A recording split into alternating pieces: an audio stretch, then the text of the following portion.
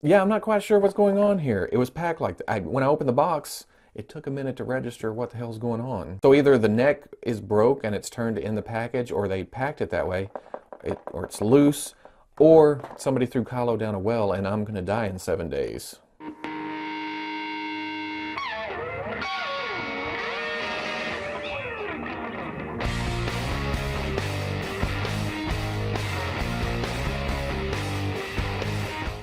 Okay, people, welcome back to another Fwoosh review. Tonight, I'm taking a look at the Bandai SH Figuarts Star Wars The Last Jedi Kylo Ren, Elite Praetorian Guard, and BB-8. Now, this all came in a pack. You had to buy the two figures in order to get the free, and that's me doing air quotes right there, the free BB-8. Now, we just got the last set, October. I had to think for a minute what month it was. The October set just a couple weeks ago. This set is releasing earlier in the month than what we're used to. I don't know why. Don't get me wrong, I love action figures just coming as fast as they can. I'm always down for new stuff. But it feels like I just did a Figuarts review yesterday. It wasn't yesterday. Looking at the packages, it's your standard Figuarts package. Well, not that one. I got the windows showing everything that's in the package, except for Kylo's face on mine. Yeah. On the side, promotional pictures of the actual figures. Kylo looking pretty cool.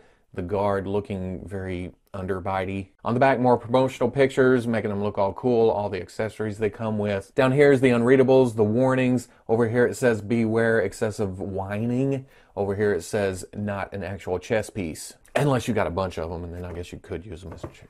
I don't know. On the other side, the Star Wars logo, that copper motif that they use for the sequels. The top logo. On the bottom, more unreadables, legalese, your winning lottery numbers, and the barcodes are covered up, I guess because this is a 2-pack, well, 3-pack, but they came together, so maybe that's why that's covered up. And then looking at the box for BB-8, it's very plain, no window. It doesn't show you what's inside because this isn't a retail item. They're not trying to sell it. It came with this pack. And to let you know how much of a dumbass I am, I opened the box, looked at this, thought, I don't recognize this droid. Even looked at it saying BB-8 and thought, I wonder if he's prominent in the movie.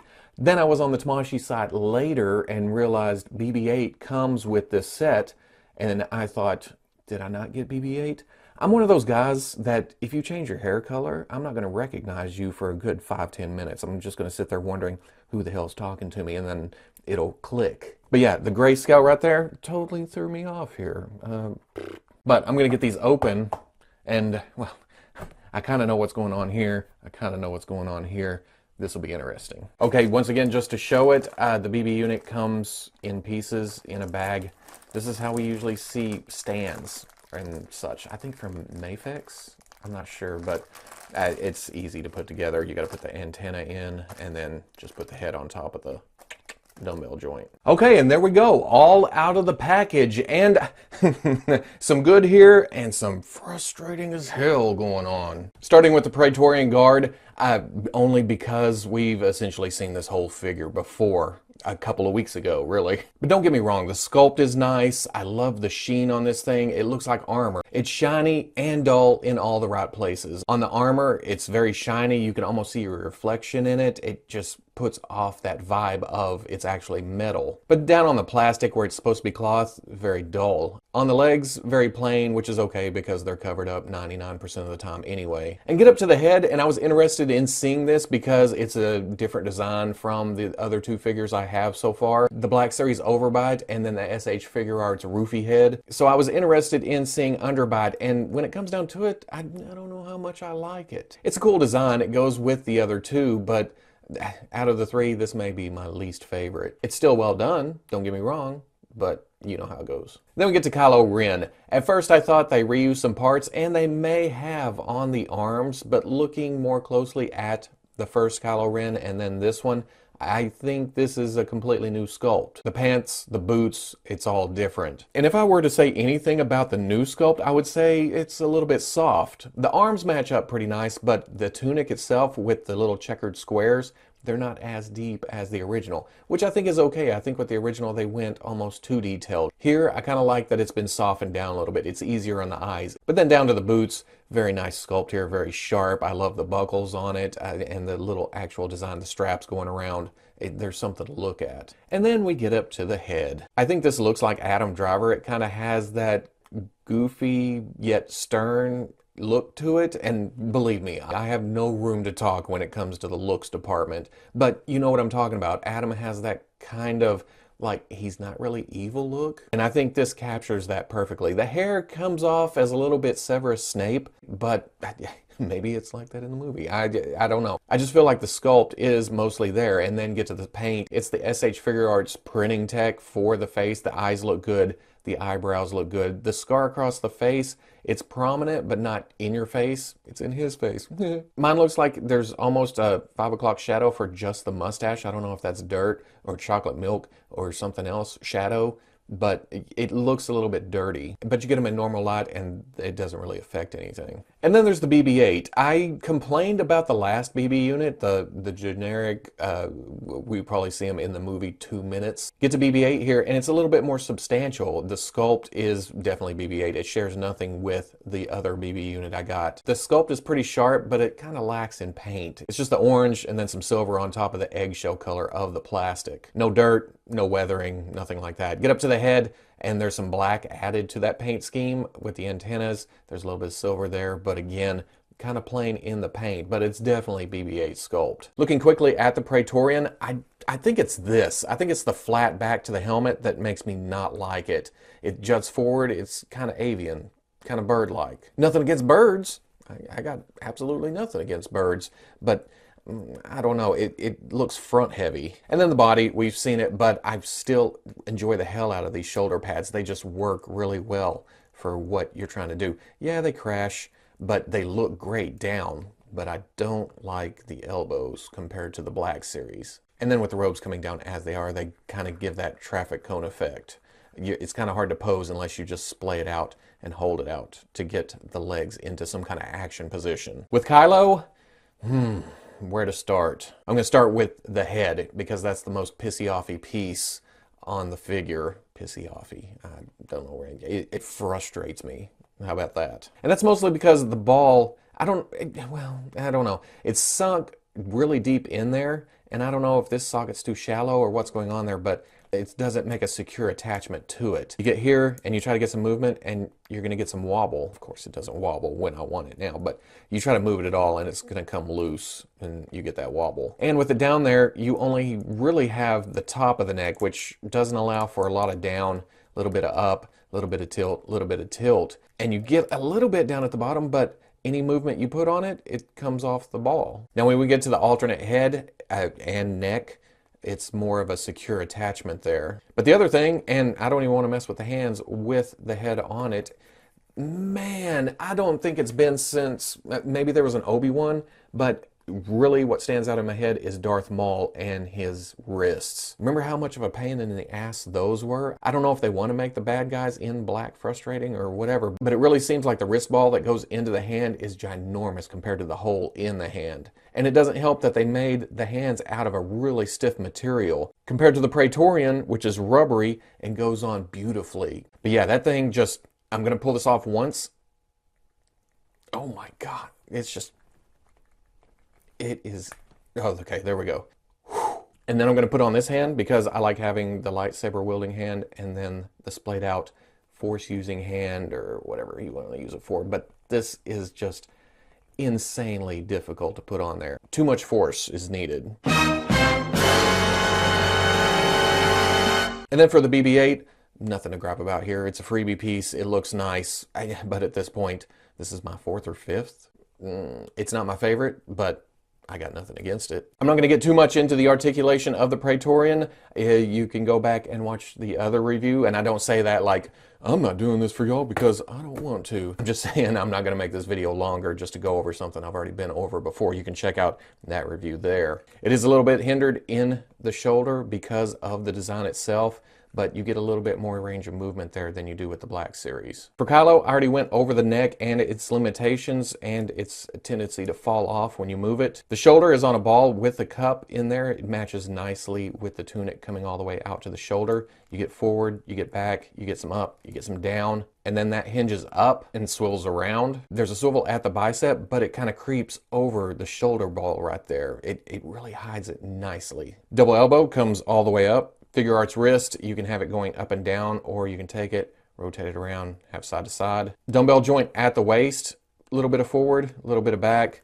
a little bit of side, a little bit of side. Not a lot of movement there. The hips drop down so you can get forward, you can get back, you can get out all the way. There is a swivel there. Single knee gets up to about right there. Dumbbell joint at the ankle goes back, goes forward. You get a nice rocker with that, and then a toe joint goes up about that far. For BB-8, there's a dumbbell joint going up into the head. You can get around this much and then swivel. For accessories, the Praetorian Guard comes with several sets of hands. He comes with 2 fists. He comes with 2 splayed out hands, and then he comes with 2 grip hands. There is a wrist gimmick that you can bring it out to give the guard more range of movement there, but the hands being as rubbery as they are, they just pop on and off. If they would make all the hands out of this, it would solve so many problems. But with that gimmick in the wrist, the ball joint tends to run away from you. When you try to put the hand on, you gotta squeeze into that socket really hard. But once it's locked on, you're good to go. For weapons, the guard comes with this sword looking thing. It's not sharp on the sides, but it is pointy on the end, and I tend to agree with most people that this extends out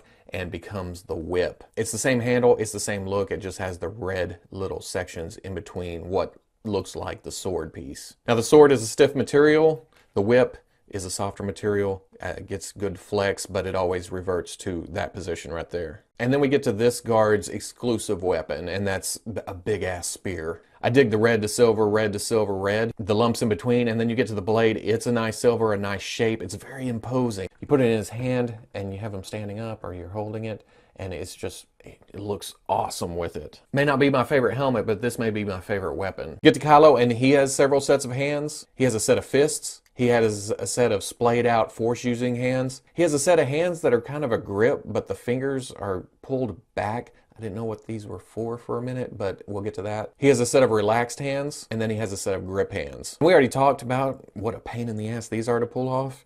Rewind it a little bit, because I'm not pulling that off again. This is my permanent set of hands for this figure. Kylo comes with 3 lightsaber hilts. One doesn't have a blade on it. It's just the unignited hilt. This is for him to hold, because there's also a hilt exactly like this with a peg on it. And that's for pegging into the belt. There's a hole right there. It just goes in. If you can think, and there you go. It looks good. And then of course he has his ignited lightsaber, and this is reused from the first Kylo. And all 3 hilts have a nice paint job on it. It has the red wire running up and down. It has some gold. It has some silver. It has some dry brush. It's just a nice looking hilt all around. And then finally he has an alternate head / neck, and that would be his helmet. I want to say this is the sculpt from the first figure, but I don't think it is. Again, it has that softer detail to it, like things were almost filled in. And the mouthpiece almost has a different shape from the first one. And then on top of that, the silver on the front of the helmet is now a gray. It's not that shiny silver that we saw on the first figure. Now to switch that out, that we all know that head comes right off, no problem at all. And this one attaches and secures pretty nicely, but you get no movement out of the bottom of the neck. It caps the neck hole, which is really weird. But even with that missing articulation, he gets pretty nice down, kind of hard to manipulate back up without pulling it out, but it gets him up,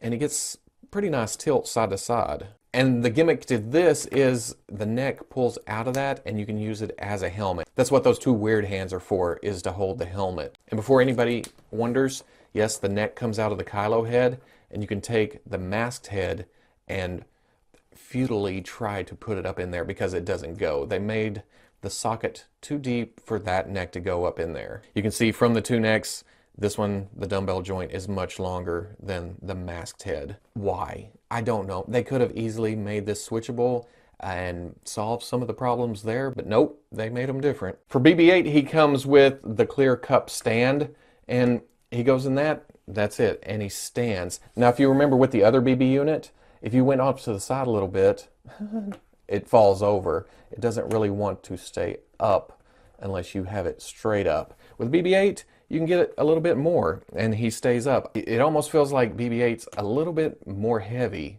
maybe. Or maybe I'm just projecting that onto it as an explanation for why you can do this. Maybe the circumference of this ball is a little bit larger, a little bit smaller, fits the cup better, something. I don't know. No, well, way to prove me wrong. But there you go. For comparison, here's this month's Praetorian with last month's Praetorian. Same body, just different head, different weapons. A little bit of variation, but same overall design scheme. Here it is with the Hasbro Black Series Praetorian. A little bit short compared to it, but it still works in an overall display. And then here's the Figuarts The Last Jedi Kylo Ren with the Figuarts Force Awakens Kylo Ren. I don't have the unmasked version, so no comparison there, but you can see that the body's different. I don't know how much you can tell from this shot of the boots, but they're different too. And then looking at the helmets, you can see there's slight differences both in paint and sculpt. And then here he is with the Hasbro Black Series Kylo Ren. Again, the Black Series has some height. We're used to the Figuarts being a little bit shorter. And then for BB-8, here he is with the Black Series version, the Mafex version, and then the Bandai model kit version. Pretty straightforward all the way across, but you can see there's definitely paint differences and more realistic things going on with the other figure. Well, not the model kit so much, but Hasbro did a great job with theirs, but I still got to give it to Mafex. So at the end of the day, I'm happy to get these. Yeah, I may be suffering a little bit of guard exhaustion, maybe. I've gotten all three of the Black Series versions, even though I haven't opened two of them. Just a couple weeks ago, I opened the first Figuarts one. I'm already getting the second one here. We got another one on the way. Don't get me wrong, I like the design, but too much too quick? I don't know. It's hard to figure out a display when you keep adding and adding and adding and adding before you even get the ones that you have in there. But for the Kylo Ren, I do dig it. Yeah, the neck is a pain in the ass. Yeah, the hands are a pain in the ass, both getting on, and I forgot to mention, it's also hard to get the lightsaber in. It's just a tough material they made those hands out of, for no reason whatsoever. But overall, I like the figure. I like this design too. I'm glad they did away with the big flowy robes. I hated that on the first Figuarts figure. It was just hard to manipulate. His waist was all over the place, hard to line up. The legs up inside the traffic cone just didn't work. This one is nice. I love this overall design. And it's hard to overlook that he may be teaching, you know, the dark arts. But yeah, I haven't seen the movie yet. Maybe that'll change when I get more visual stimulation from this design. They also add a little bit of gray to the black. It's not straight up black, and I like that too. And that's including the helmet. It's almost got a metallic sheen to it. And then finally, BB-8. This is not going to be my main BB-8. I appreciate getting the free figure, and he can line up with the rest of my BB-8s that aren't on the main shelf, but Mafex still has it over this one. So overall, a good set, especially if you're collecting the guards, and then adding Kylo to the display doesn't hurt a damn thing. But I'm still most interested in Rey next month, or next week, whenever they decide to release that. So if you like the review, comment, like, subscribe. I'll catch you on the Fwoosh.